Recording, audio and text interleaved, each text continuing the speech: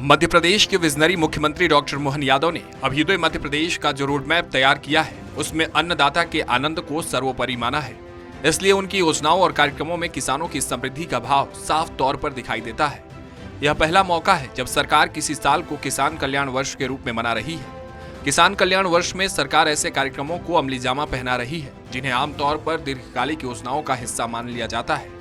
मुख्यमंत्री डॉक्टर मोहन यादव कहते हैं कि राज्य सरकार कृषि कल्याण वर्ष 2026 में किसानों की समृद्धि के लिए समर्पित भाव से कार्य कर रही है।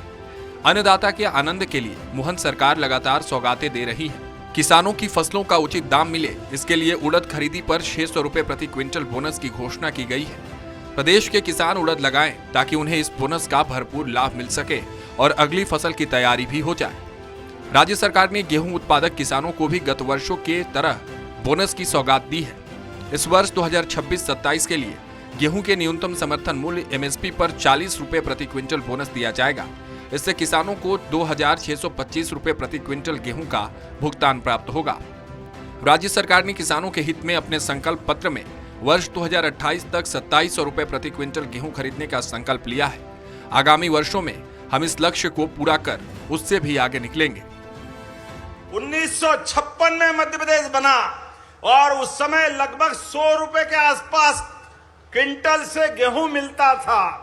और 2002-03 तक, जब तक कि कांग्रेस की सरकार रही, अधिकांश समय इनकी सरकार रही, लेकिन गेहूं केवल 350-400 रुपए ऊपर गया। ये पाप उनके मत है और हमें गर्व है हमारी माननीय साध्वी उमा भारती, बाबूलाल जी गौड़, शिवराज सिंह जी चौहान और हमारी सरकार 20 साल में 2600 रुपए क्विंटल खरीद रही। 2625 रुपए क्विंटल, ये हमारी सरकार के काम करने का तरीका है। मुख्यमंत्री डॉक्टर यादव ने कहा कि मध्य प्रदेश देश का फूड बास्केट है, जहां दलहन, तिलहन और सब्जी उत्पादन अच्छी मात्रा में हो रहा है। हमारे राज्य के किसान आगे बढ़ें और समृद्ध हों, इसके लिए सरकार निरंतर किसान हितैषी निर्णय ले रही है। कुछ स्थानों पर गेहूं खरीदी के लिए पंजीयन में कठिनाई सामने आई है। इसे ध्यान में रखकर गेहूं उपार्जन पंजीयन की अंतिम तिथि 7 मार्च से बढ़ाकर 10 मार्च तक कर दी गई है। मुख्यमंत्री डॉक्टर यादव ने कहा कि किसानों को सिंचाई के लिए दिन में बिजली उपलब्ध कराई जाएगी। इससे रात के समय बिजली से सिंचाई के कारण होने वाले संकटों से बचा जा सकेगा। मुख्यमंत्री डॉक्टर मोहन यादव के नेतृत्व में किसान कल्याण वर्ष में किसानों को अधिकतम लाभ दिलाने के लिए राज्य सरकार द्वारा कृषि से संबद्ध क्षेत्रों के विकास के लिए करीब 10,500 करोड़ रुपए की लागत की 5 किसान हितैषी योजनाओं को अगले 5 साल तक निरंतर रखने को मंजूरी दी गई है।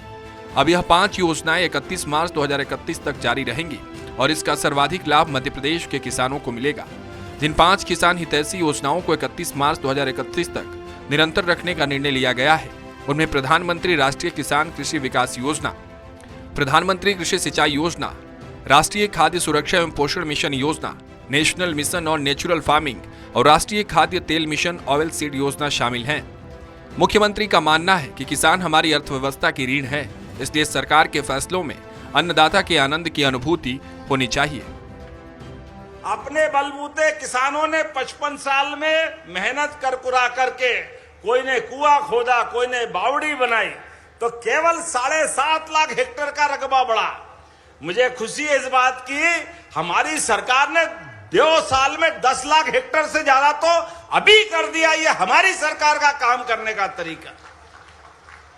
और 20 साल का मिला है तो आज 55 लाख हेक्टेयर सिंचाई का रकबा हुआ और 55 लाख सिंचाई का रकबा आने वाले पूरे 5 साल की सरकार चलेगी 100 लाख हेक्टेयर तक होगा। 100 लाख हेक्टेयर तक, यह हमारी सरकार के काम करने का तरीका है।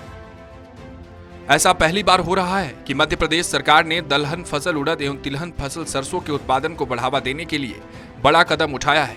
उड़द को तय समर्थन मूल्य पर खरीदा जाएगा और किसानों को तय समर्थन मूल्य के अतिरिक्त खरीदी गई उड़द पर 600 रुपए प्रति क्विंटल बोनस राशि भी दी जाएगी। मध्य प्रदेश में सरसों का उत्पादन इस वर्ष 28% तक बढ़ गया है। सरसों की फसल को भावांतर योजना के दायरे में लिया जाएगा और सरकार के ये फैसले दर्शाते हैं कि किसान हितैषी सरकार के फैसले में अन्नदाता का आनंद झलकता है। Bureau report, Swaraj express, Bhopal.